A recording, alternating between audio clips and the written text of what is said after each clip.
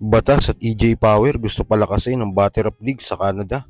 J-Skill sinabi ang unang reaksyon sa hip-hop scene na makalaya. At Looney binadibag si Badang sa break it down niya. So tara.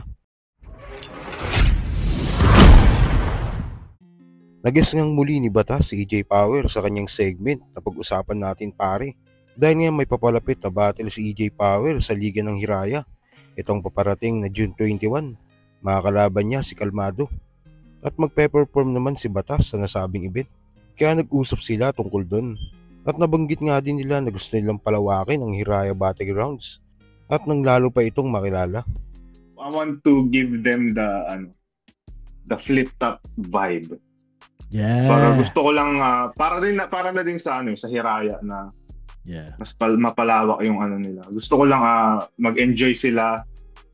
Yeah. Maging masaya sila, maramdaman nila kung ano yung nararamdaman ng mga flip top fans na nanonood sa Pilipinas ng live. Wow, sarap. Kasi ang layo nila alam mo yun, kumbaga. Yeah. So iparanas sa inyo yun hanggat saan yung makakaya ko yun. Para to. Bigla tuloy parang tangina, napaka-selfish ng pakiramdam ko dahil hindi ko man lang ginugustong gawin yun para sa kanila. I mean, ang dami, kumpara sa akin kasi, quiz, ako kumpara sa mas marami ka nang nagawa for the Philippine hip hop. Ako parang, gusto kong may mga maaambag pa ako, kumbaga. Yeah. Wala pa akong masyadong nagagawa. Hindi, pero alam mo ako kasi, kanya ako sinasabi yun. Gusto ko rin talaga tulungan ng Hiraya at ang eksena dito. Dahil tama. Iba kumbaga batang-bata yung eksena dito. Nasilip ko na, hindi lang sa hip-hop, hindi lang sa Hiraya, kundi kahit sa banda, kahit kung paano yung sistema, ibang-iba sa Pilipinas. 'Di ba? Dahil limitado yung players, limitado yung organizers. Ang sarap sanang makatulong na ang sarap sanang mas mapalakas pa, 'di ba? So ko lang na makapag-perform din para sa mga tao, ma-share ko at syempre kumbaga hindi man sa pagmamayabang pero parte ako ng battle rap culture natin 'di ba? So gusto ko rin maging part ng event na yun kahit hindi ako bumattle. So gusto ko talaga mag-rap.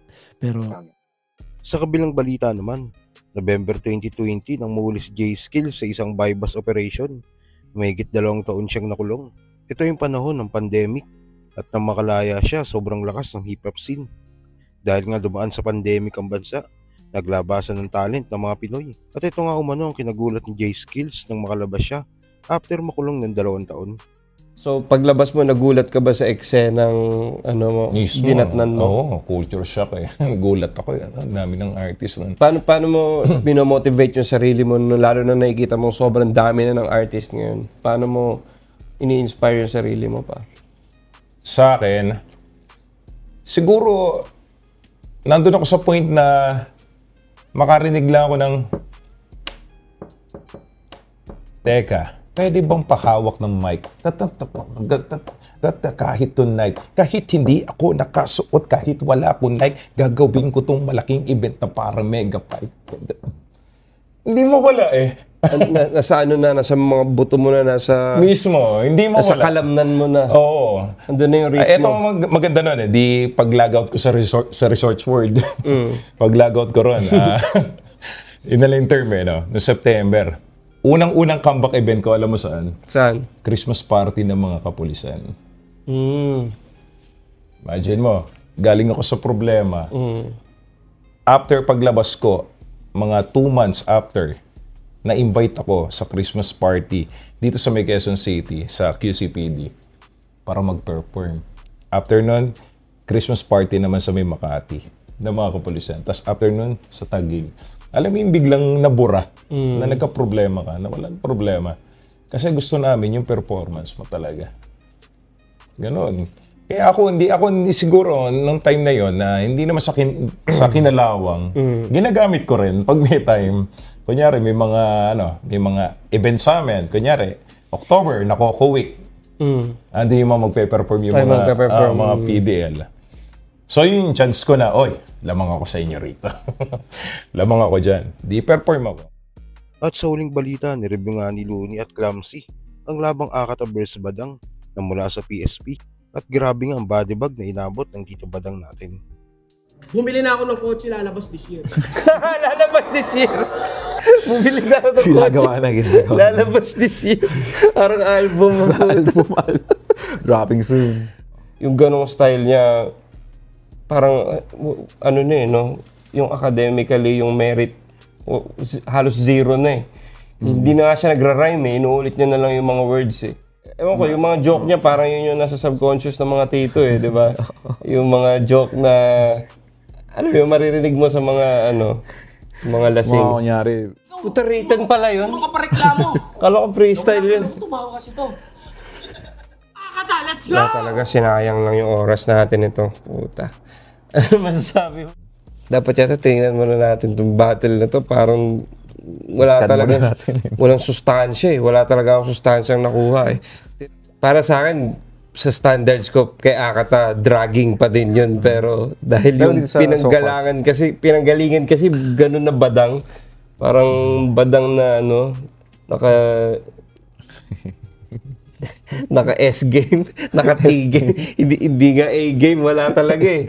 Hindi ko alam, parang ito yata yung worst na badang na napanood ko eh.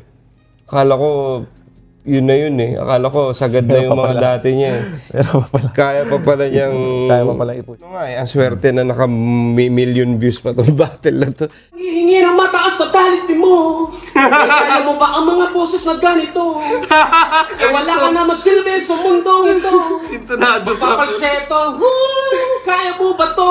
Tangina mo. Ano ba? Yun ang pinabayaran na malaki, hindi yung talent mo na walang kaya. Kahit na mo matanda at kuya.